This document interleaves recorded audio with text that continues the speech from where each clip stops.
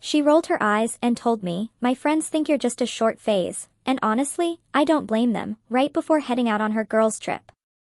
So while she was away, I boxed everything I owned, emptied the apartment, and left a note that read, "Tell them the phase is over." She walked in, read it slow. And the whispered words hit me like a punch. "My friends think you're just a temporary phase." In that instant, I knew my entire world was about to explode, and I was going to be the one lighting the fuse. It was a Thursday night, nothing dramatic unfolding around us, no yelling, no sudden storm. Just a quiet sentence, almost whispered, barely emphasized. Chloe rolled her eyes, already tired of me, then laughed. Laughed like it was nothing, like it wasn't the kind of thing that cuts you down from the inside. "Hi, I'm Alex. 29 years old. I work in marketing, mostly brand development. And before all of this, I actually thought I was a pretty steady guy. Practical, chill, maybe too forgiving if I'm being honest. I never sought out drama. I avoided it like a massive pothole in the middle of a freeway. But sometimes, no matter how carefully you drive, you hit it anyway, and it wrecks your suspension from the inside out. I grew up in a family where appearances were everything. Not luxury cars or designer wardrobes, but emotional appearances, keeping it together, being the good kid. My dad was a military man, my mom a teacher. Quiet, structured people who believed in swallowing your feelings and not making a scene. "Handle it privately, Alex," my dad would say when things got hard, "don't embarrass yourself or us." And so I learned to swallow things, discomfort, hurt, anger, even joy sometimes. I learned to keep a straight face when my older brother, Liam, would mock me in front of relatives, or when he'd bring girls home and tell them, "Don't mind Alex. He still believes in love." Everyone would laugh, and I'd smile like it didn't matter. I always figured eventually he'd grow up. But when you start off as the golden child, you never really have to. I moved out at 22 after finishing college, landing a decent job right away. Liam, by comparison, burned through 3 majors, dropped out twice, then got bailed out by our parents when he opened a gym that somehow never turned a profit.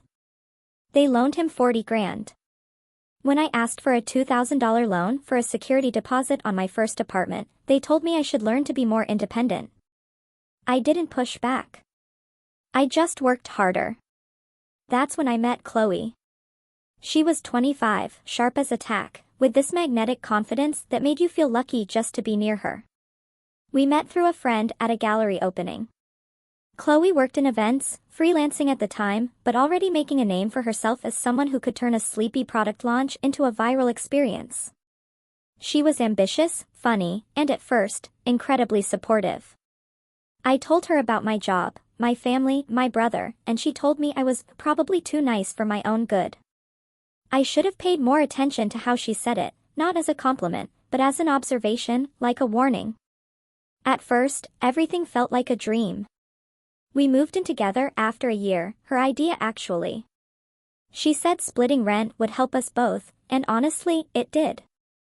I was making enough to support myself, but not enough to feel like I could breathe. She found us a loft with brick walls and tall windows, the kind of place that made you feel like you'd finally made it. I paid my half, never missed a month. She decorated, hosted, made it look like something out of a magazine, and I was happy to let her take the lead. It felt like her world, and I just wanted to build a life inside it. But somewhere in year 2, something started to shift. Subtle at first. She spent more time on her phone when we were out, more girls' nights, more weekends networking. I didn't mind, she deserved her space, her friends. I'm not controlling. But the way she talked to me changed. I went from "babe" to "can you do me a favor," more often than not. She rolled her eyes more, sighed when I didn't get her references, laughed a little too hard when her friends teased me for working a desk job instead of being an entrepreneur. The worst part? I excused all of it. I kept telling myself she was just stressed or tired or reacting to the pressure of trying to scale her event business. She had talent, no doubt, but talent didn't guarantee success, and there were months where she barely made anything. I started covering more of the groceries, even a few of the utilities. She never asked, but she never stopped me either. Then came the girls' trip, a weekend in Sedona, just her and her closest three. She packed light, wore this bright orange sundress, and kept checking her reflection in the mirror while I sat on the edge of the bed, trying to decide if now was the right time to bring up what I'd overheard the night before. Her on the phone with one of her friends, laughing, "He's sweet." "Yeah, but honestly, I think I'm just bored. He's like a palate cleanser." I didn't say anything then. I wanted to believe I misheard, or that she didn't mean it. But when she turned to me just before leaving, kissed me lightly on the cheek like I was a coworker or a nephew, and said, "My friends think you're just a temporary phase." And honestly, I don't blame them. Something clicked. Something cold and permanent. I looked at her, really looked at her, and for the first time, I didn't feel small. I didn't feel sad. I just felt done. She left. I waited 15 minutes, then stood up and walked into the closet. It wasn't a dramatic decision. It wasn't even fully planned. I just moved. I opened drawers, grabbed my suitcase, and began packing like a man pulling out of a burning building. Methodically, silently, I called my buddy Noah. He owed me a favor. By midnight, every single thing I owned was packed and in his car. All that was left behind was a single note. Nothing fancy, just a plain white envelope taped to the fridge. "Tell them the phase ended." But here's the thing, that was just the beginning. Because as much as Chloe would become the catalyst, the real story, the one I'm going to tell you piece by piece, it wasn't about her. It was about what came next, about my family, my brother, my parents, about a long, tangled web of expectations and buried grudges, and what happens when the quiet one finally stops playing along. Because the morning after I left, I got a call, not from Chloe, but from my mom. She was crying. And that's when I realized Chloe hadn't told them anything, but someone else had. And whoever it was, they wanted to make sure the whole thing blew up. Now, buckle up, because things were about to get messy. I didn't answer the call the first time. I just let it ring, standing in Noah's cramped guest room, the note still fresh in my mind. My phone lit up with a "Mom," and I stared at it like it was some kind of test. The first test of the new me, the one who doesn't fold. It rang again and again. On the fourth attempt, I picked up. "Alex?" Her voice was cracking. "Alex, what did you do?" Not, "Are you okay?" or "Where are you?" Just, "What did you do?" I said nothing for a second, then let out a small breath. "Hi, Mom." "She's here," she whispered, like someone might overhear her in her own home. "She's at our house crying, Alex. She's devastated." "What happened?" I glanced at the small duffel on the floor, the one holding my work laptop and toiletries. "She told me I was a phase," I said quietly. "So, I ended the phase." There was a pause, a long one.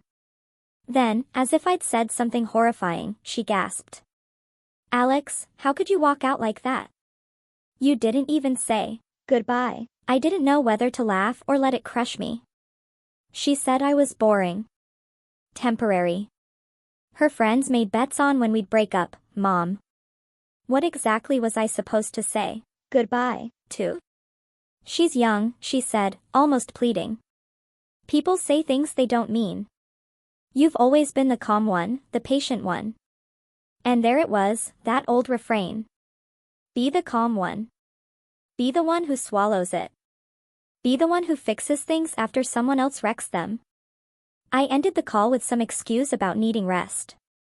And for once, I didn't promise to call back. Noah's place was small, really just a one-bedroom with a glorified closet of a den, but he gave me the bed and took the couch. "Man, you look like someone unplugged your soul," he joked that night as we ate cold pizza in silence. "You sure you're okay?" I nodded. But the truth was more complicated than a simple yes or no. I didn't feel hurt, exactly. I felt like someone had opened a box I'd been taping shut for a decade, and everything inside was heavier than I remembered.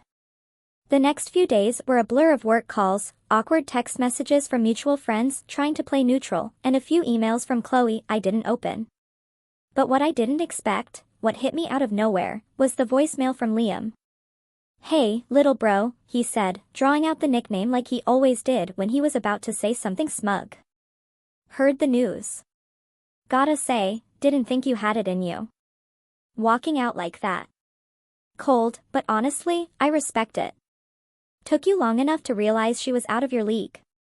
I stared at the phone for a long time after that. Out of your league? Liam had always had a way of wrapping insults in compliments.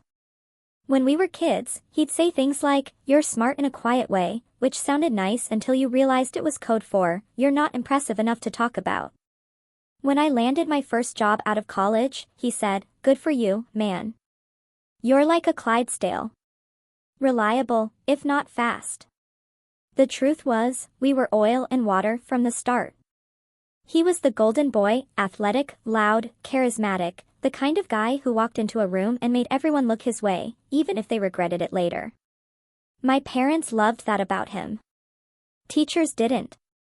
He got kicked out of school once for cheating on a physics final, and my mom still insists he was framed.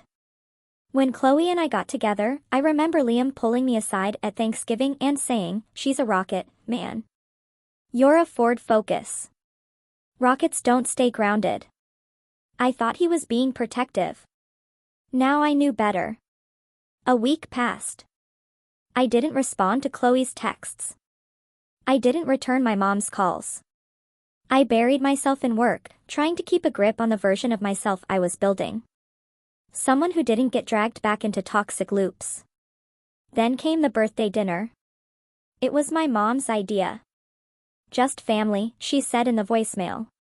"It would mean a lot to me if you came. No pressure. Just please." I thought about skipping it. I really did. But something in her voice felt different this time. Not demanding, not passive-aggressive, just tired. And I figured, fine, one dinner, one polite hello. I'd bring a bottle of wine, stay an hour, and slip out before anything could get messy.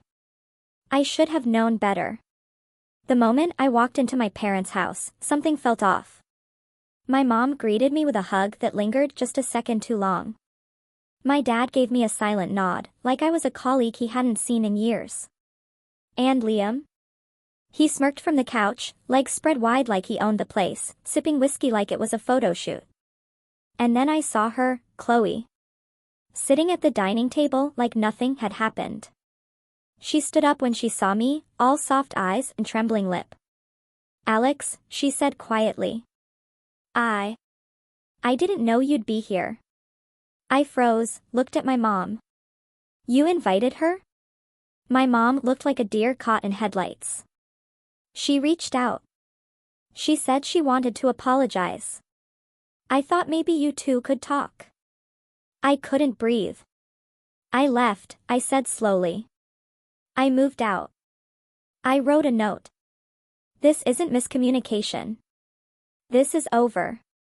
Chloe looked down, tears welling up. "I just thought," "No," I said, sharper than I intended.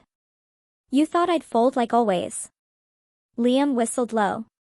"Don't. That's the most spine I've seen from you since ever." "Shut up, Liam." He blinked. Laughed. "Oh, the puppy learned how to bark." "Enough," my dad snapped, but it was half-hearted, like he didn't really want to get involved, but felt obligated to say something. I turned to my mom. "I came here because you said it was family." "This isn't family. This is a setup." "Alex, she's still family," my mom said helplessly. "You two lived together. You were practically married." "No," I said again. "We weren't." I walked out, got into my car, and just sat there gripping the wheel until my knuckles went white.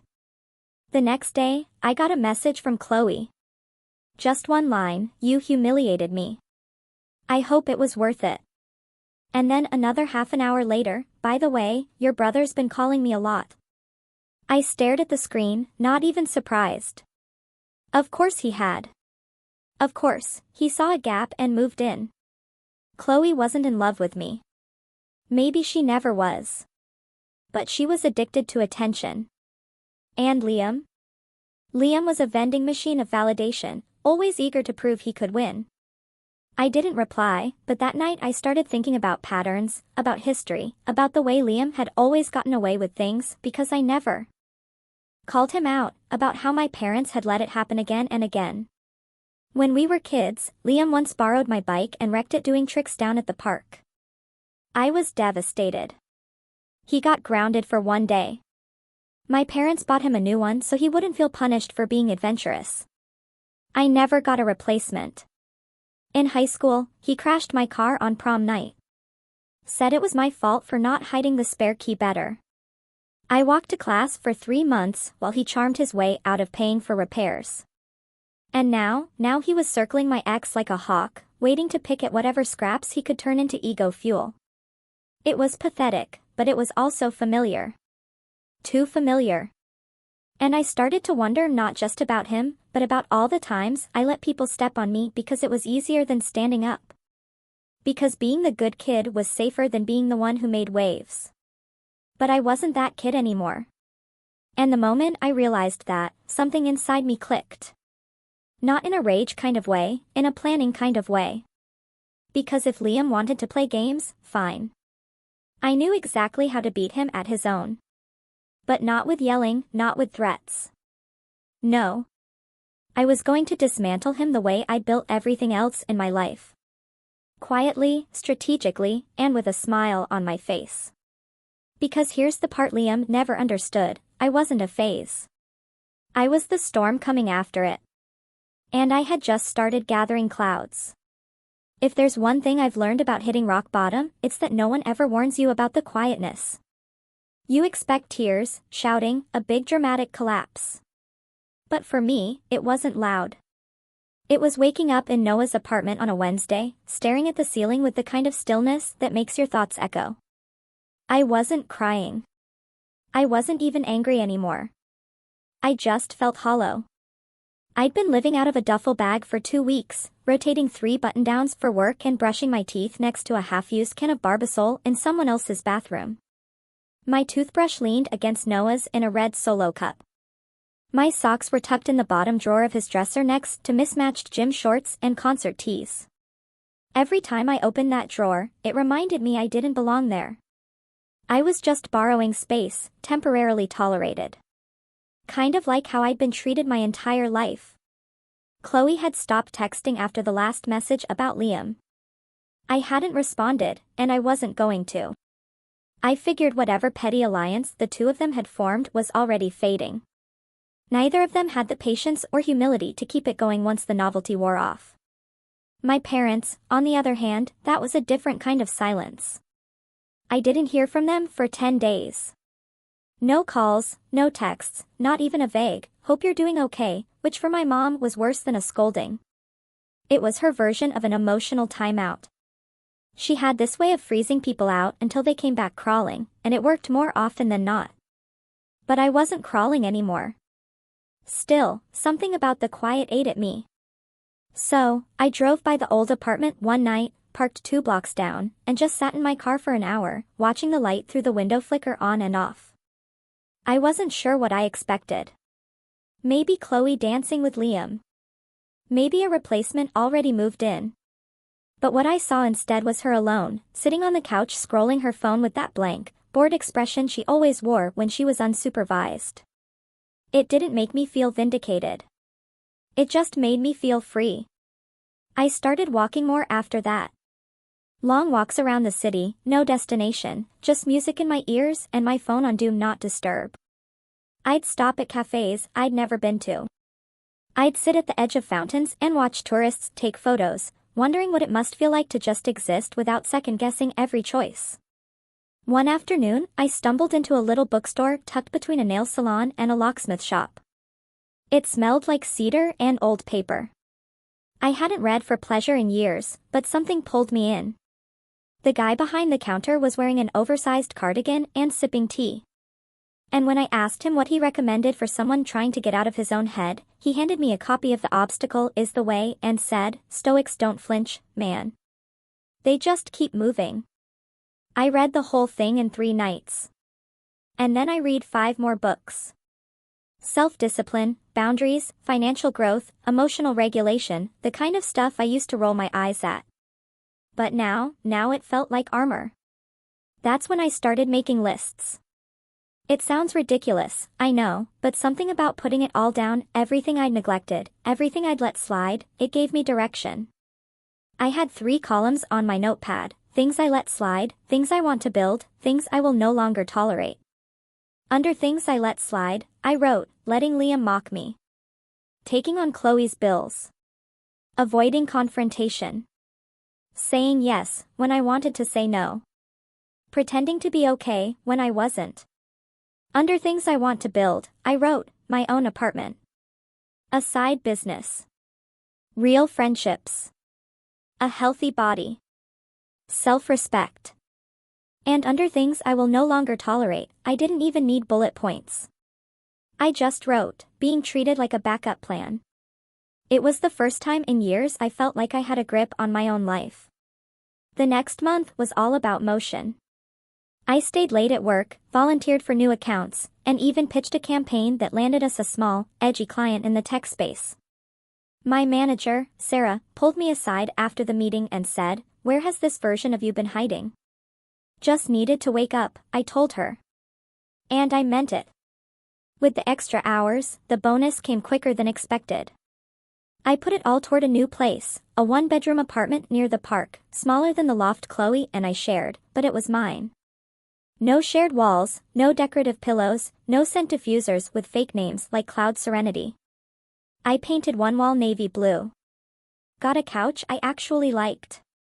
Hung up a framed print of a mountain range with the quote, "The man on top of the mountain didn't fall there." Noah helped me move in and grinned the whole time. "You look like a man who just escaped prison," he said, handing me a beer on the first night. Feels like it. I cut my hair shorter, cleaned up my diet, joined a gym, and stuck to it. Not out of revenge, but because I realized how good it felt to sweat out the anger instead of suppressing it. The trainer, a blunt guy named Ben, had this habit of yelling motivational quotes mid-lift. Usually, I'd hate that, but once during a particularly brutal set, he shouted, "Strength doesn't come from comfort." And something about it stuck because comfort was what had nearly ruined me. And the less I chased it, the stronger I felt. Socially, I started reconnecting with people I'd let drift. Old college friends, a few coworkers I used to keep at arm's length.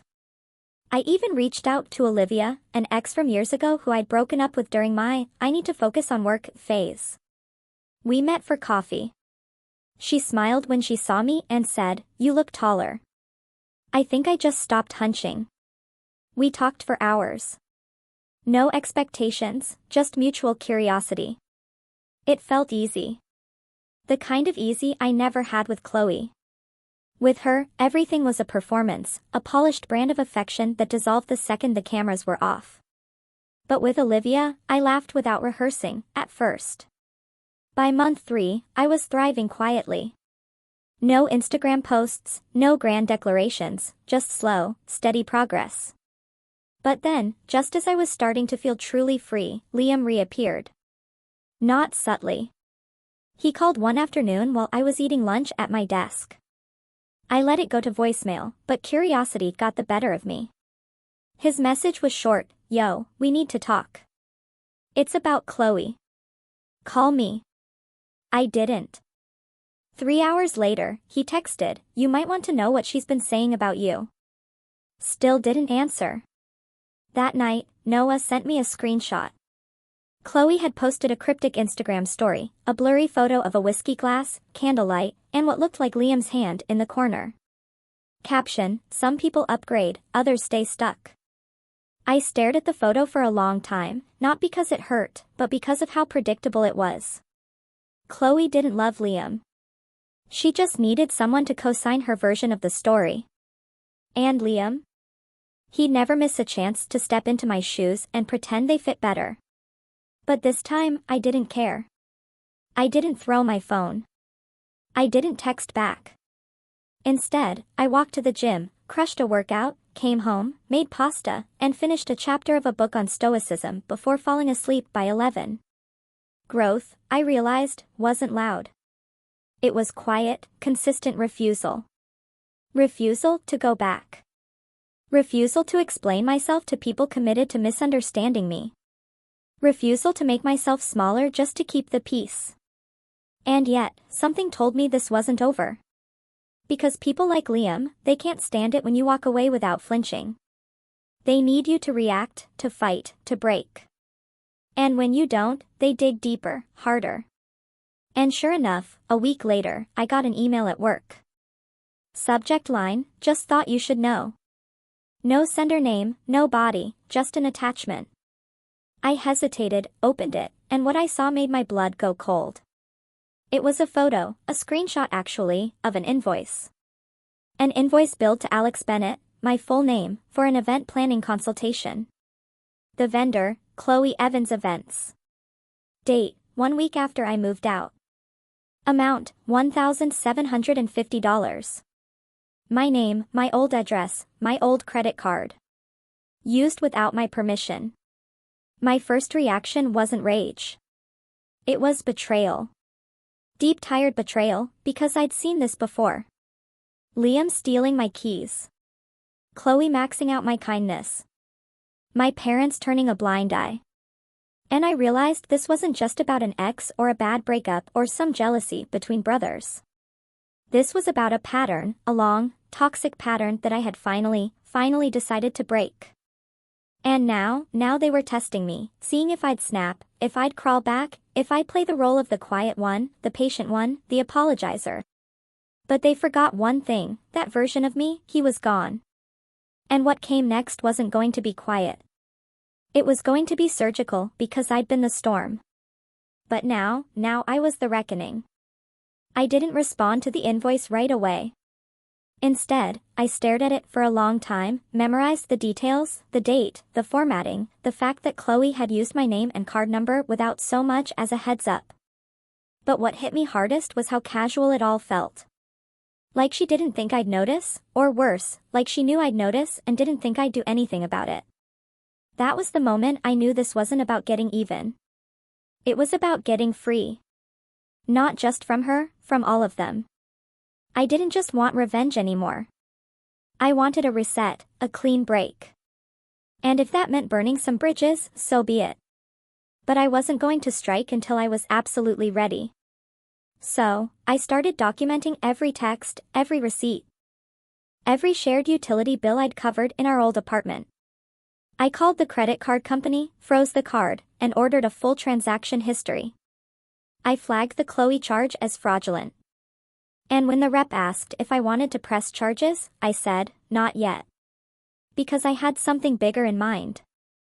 I needed leverage, proof, not just of the charge, but of the entire pattern. So, I dug through my cloud backup. I found screenshots from months ago where Chloe had asked me to just put it on your card for a few of her business expenses. All those times she forgot her wallet. Every coffee run, every subscription service I'd been unknowingly footing the bill for. I tallied it up, $4,386.27. That's what I had unofficially contributed to her career. But money was only part of it. I needed to hit deeper. So, I started gathering stories. Remember Olivia, the ex I had coffee with, the one who said I looked taller?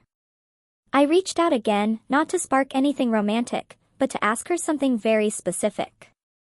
Do you remember that night you came to my apartment years ago? I asked. The one where Chloe was acting weird? She hesitated. You mean the night she slammed the door in my face? Yeah, I said, that one. Turns out Chloe had told her I wasn't home, that I was emotionally unavailable and didn't want to talk to any exes. But according to Olivia, I texted her 5 minutes earlier to say I was heating up leftovers and to just come up. Chloe intercepted her, blocked her, deleted the message thread from my phone while I was in the shower. And I believed her when she said Olivia never showed up. That wasn't just manipulative. That was strategic. I started putting together a timeline of behavior, of control, of slow erasure, friends she'd alienated, opportunities she'd discouraged, ways she'd kept me orbiting her priorities while mine faded quietly in the background. And then there was Liam. I wasn't done with him either. Because for every time he mocked me, every time he rolled his eyes and said I was too sensitive, there was a deeper truth: he needed to believe I was weak. That's how he kept his power. And for the first time, I was ready to flip that dynamic on its head. I started quietly reaching out to people he'd burned. Former gym clients, old classmates, even a girl named Isabella he dated for 2 months and ghosted after borrowing money from her to buy new equipment. "I don't know what you're planning," Isabella said, "but if it involves publicly humiliating him, I'm in." I chuckled. Not publicly. Not yet. Because the real move wasn't rage. It was reputation. Liam had built his whole identity on being the charming, confident one, the guy everyone wanted to be friends with, the gym bro, with a heart of gold. But beneath the surface, there were cracks. Turns out his gym was in trouble. He'd missed rent 2 months in a row. His co-owner, some guy named Lucas, was threatening to pull out if the finances didn't improve. I only knew this because Lucas also happened to be an old college friend of mine. Small world, even smaller when your lies catch up. So, I scheduled a lunch with Lucas, told him I was doing some freelance branding work and wanted to pick his brain about small business growth. We met at a sushi place downtown. "Liam's not doing great," Lucas said after the second beer.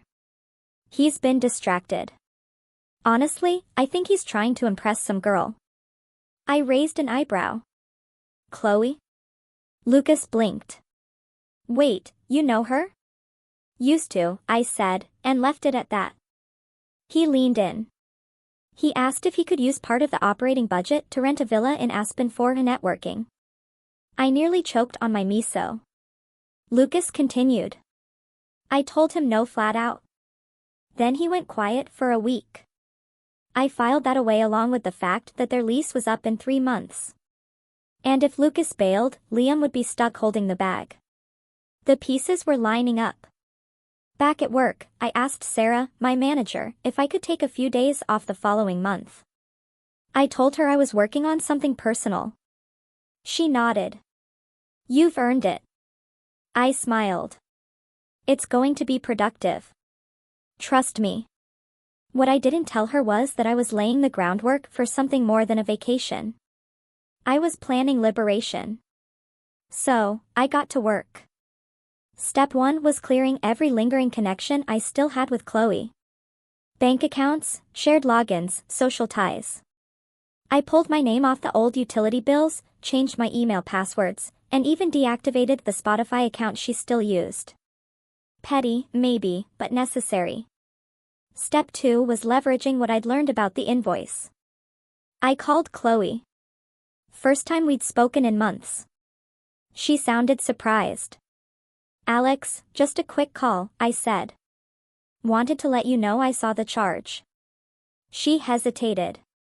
"What charge?" "For your event planning consultation, the one billed under my name." "I owe that." Her tone shifted instantly. "It was just a mistake. I must have used the wrong card by accident." "You used a card that had been removed from your Apple Pay 6 weeks prior," I said flatly. Silence. "I'm not pressing charges," I continued. "Not yet, Alex. Come on. But I do need you to pay me back the full $1,750 by the end of the week. I don't have that kind of money just sitting around." "Sell one of your designer bags," I said, my voice calm. "Or call Liam. I'm sure he'd love to invest in your future." "You're being cold." "I'm being clear." That weekend, she sent me a partial payment, $1,500 via Venmo, with the note, "Happy now?" I didn't reply because I wasn't done yet. Step 3 was quiet reputation management. I started working with a friend of Noah's who specialized in personal branding. We built a sleek one-page site for me, highlighting my work, my consulting projects, and a few side initiatives I'd started. I launched a newsletter, started putting myself out there slowly, quietly, but with purpose. Within 2 weeks, I'd landed 2 freelance gigs on the side. Not much, but enough to start building momentum. Step 4, gathering allies. I reached back out to Olivia, to Isabella, to Lucas, and a few others who had crossed paths with Chloe or Liam and walked away burned. We started compiling receipts, literal and emotional, texts, DMs, emails, proof of manipulation, gaslighting, financial irresponsibility. Not to go public. Not yet. But to be ready, because I wasn't planning some petty drama drop. I was planning a reckoning so calculated they wouldn't even know it was me until the last domino fell. I'd seen the way Chloe built her world, polished, curated, fake. I'd seen the way Liam carried himself, loud, reckless, insecure. Both of them were living on credit, emotional, social, and financial, and I was done being their safety net. So, when the final piece clicked into place, when Lucas called me on a Thursday night and said, Liam's planning to throw a launch party for a service we haven't even built yet, and he's fronting it with Chloe's company, I just smiled because now I had everything I needed, the venue, the budget, the timeline, the receipts, and two people so desperate to prove they were better off without me. They were about to invite the entire city to watch them implode. They didn't know I was coming. They didn't even know what I had planned. But I'd be there, smiling, watching, waiting for the moment everything they built on borrowed ego finally collapsed. It all came together on a warm Saturday night in early September. The launch party was held in a rooftop venue in downtown Chicago, an overly ambitious choice for a fitness brand that hadn't turned a profit in months. White string lights hung overhead. An open bar glowed beneath a branded banner that read, Pulse, reimagining the fitness space. Liam's voice echoed off the glass walls as he welcomed guests, mic in hand, wearing a blazer 2 sizes too small, like he thought squeezing himself into it would somehow elevate his status. Chloe stood beside him in a satin dress that shimmered under the lights, fake smile locked in place. She was holding a champagne flute, eyes scanning the room, but she wasn't sipping, probably saving it for Instagram later, an empty glass for appearances. And me? I stood near the bar, tucked into a corner with a clear view of the stage, drink in hand, confidence in full swing. Nobody noticed me at first, which is exactly what I wanted. A month earlier, I'd gotten the invite through a mutual friend who thought I might want to squash the beef and support the brand. The irony nearly choked me, but I said yes. I said it politely. I even thanked him. Because I wasn't just going to attend. I was going to close the show. Let me rewind. Lucas, Liam's co-owner, was on his last nerve by this point. He'd seen the plans for the party and immediately called me. He's using Pulse money to pay Chloe for event coordination. I told him no, and he said it was already locked in. I don't know what to do. Let me help, I said. So, we came up with a plan. First, we let Chloe work. We let her plan the event, book the caterers, the DJ, the signage.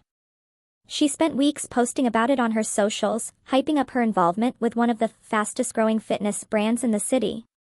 She dropped hints about a possible influencer partnership, even teased a brand ambassador role. Then, 1 week before the event, Lucas filed a quiet motion with his lawyer to freeze all spending from Pulse's joint account pending a formal audit. He cited mismanagement and breach of contract. The funds used to pay Chloe's invoice? Flagged and blocked. She didn't find out until the day before the event. And Liam? He was blindsided. He tried to cover it out of pocket, but he didn't have the liquidity. He maxed out 2 credit cards and begged one of his college buddies to front the rest. That buddy, Sam, was one of the guys Liam had bullied in high school and kept around for ego boosts. But Sam wasn't stupid. He demanded a promissory note. In writing. Liam signed it. Desperation makes people reckless. But the real twist, I had already secured the venue's original invoice through a favor from someone who worked their events team. And guess whose name Chloe had fraudulently used to sign off on the initial booking? Mine. Again, it wasn't even clever. She'd reused an old email address I'd forgotten to deactivate. It gave me all the proof I needed, so I timed it perfectly. 30 minutes into the party, while Liam was mid-speech and Chloe was flashing smiles at local influencers posing in front of the Pulse backdrop, I stepped forward. Lucas was with me, so was Isabella and Olivia, standing quietly near the exit, phone ready in hand. I walked up to the venue manager and calmly handed him a folder. Inside, printed documentation of the fraudulent booking, credit card misuse, and a letter from my attorney notifying them that their contract had been executed under false pretenses and that payment had been obstructed by a known identity theft complaint. "Is this a legal matter?" the manager asked, suddenly stiff. "Not yet," I said. "But it can be, unless you shut it down now." The music stopped. The lights came on. Confused murmurs spread through the room like wildfire. Chloe rushed toward the bar, heels clacking like gunshots. "Alex, what is going on?" "You'll find out," I said evenly. "But not here." Liam appeared behind her, face red. "You think this is funny?" I smiled. "I think it's overdue." The manager announced that the event was being shut down due to a contractual issue. People started grabbing coats, downing last-minute drinks, taking awkward selfies as if to prove they'd been there. Chloe looked like she'd been slapped. Liam looked like he wanted to swing, but he didn't, because Lucas stepped forward and dropped the bomb. "I'm dissolving the partnership," he said, loud enough for several guests to hear. "You violated every agreement we had. I'm cutting ties." "No, you're not." Liam hissed. "I already did," Lucas said. "Papers were signed this morning." Chloe turned to him. "Wait, you said?" "I said nothing," Lucas replied. "You were never a client. You were a liability." Liam's voice cracked. "You can't do this in front of everyone." "I wanted to do it in front of everyone," Lucas said. "You built your reputation on ego. Let's see how it survives reality." It was a bloodless execution, a slow unraveling of their carefully woven image. Chloe tried to salvage it. She posted a story later that night claiming the event ended early due to unforeseen noise ordinances, but too many people had seen the truth, and it only got worse from there. The promissory note Liam gave Sam? It was real. Sam hired a collection agency after Liam missed the first payment. His credit took a nosedive. The gym lease never renewed. Pulse officially closed 2 months later. Liam tried to spin it as a rebrand, but the truth leaked out like oil from a cracked engine. And Chloe, well, she made one last desperate play. She emailed me. A long message, rambling, defensive, and finally begging. "I was lost," she wrote. "I didn't know how to separate work from life. I made mistakes, but you blindsided me. You embarrassed me. I thought you were better than that." I didn't reply, but I did forward the email to her newest client, who dropped her within a day. You see, when someone builds their life on illusion, the moment reality touches it, even slightly, it all comes crashing down. And all I had to do was show up with the truth. No shouting, no threats, just facts. And now I live in peace. I've moved to a new apartment across the city. Quiet neighborhood, real friends. Lucas and I still grab drinks sometimes. Olivia and I stayed close, closer than expected, honestly. And we've been talking about starting something together. A creative agency, maybe. Nothing big, just something real. And my parents, we've had a few difficult conversations. They didn't understand at first. My mom thought I was being cruel. My dad called it dramatic. But I told them one thing that made it stick: you taught me not to make a scene. But maybe the problem wasn't the noise. It was the silence. I'm not the same man I was. And thank God for that, because sometimes you have to be dismantled to realize you were never built right in the first place. So if you're waiting for the final line, the one that wraps it all up, here it is: tell them the phase ended. And this time, it didn't come quietly. What would you have done if you were in my shoes?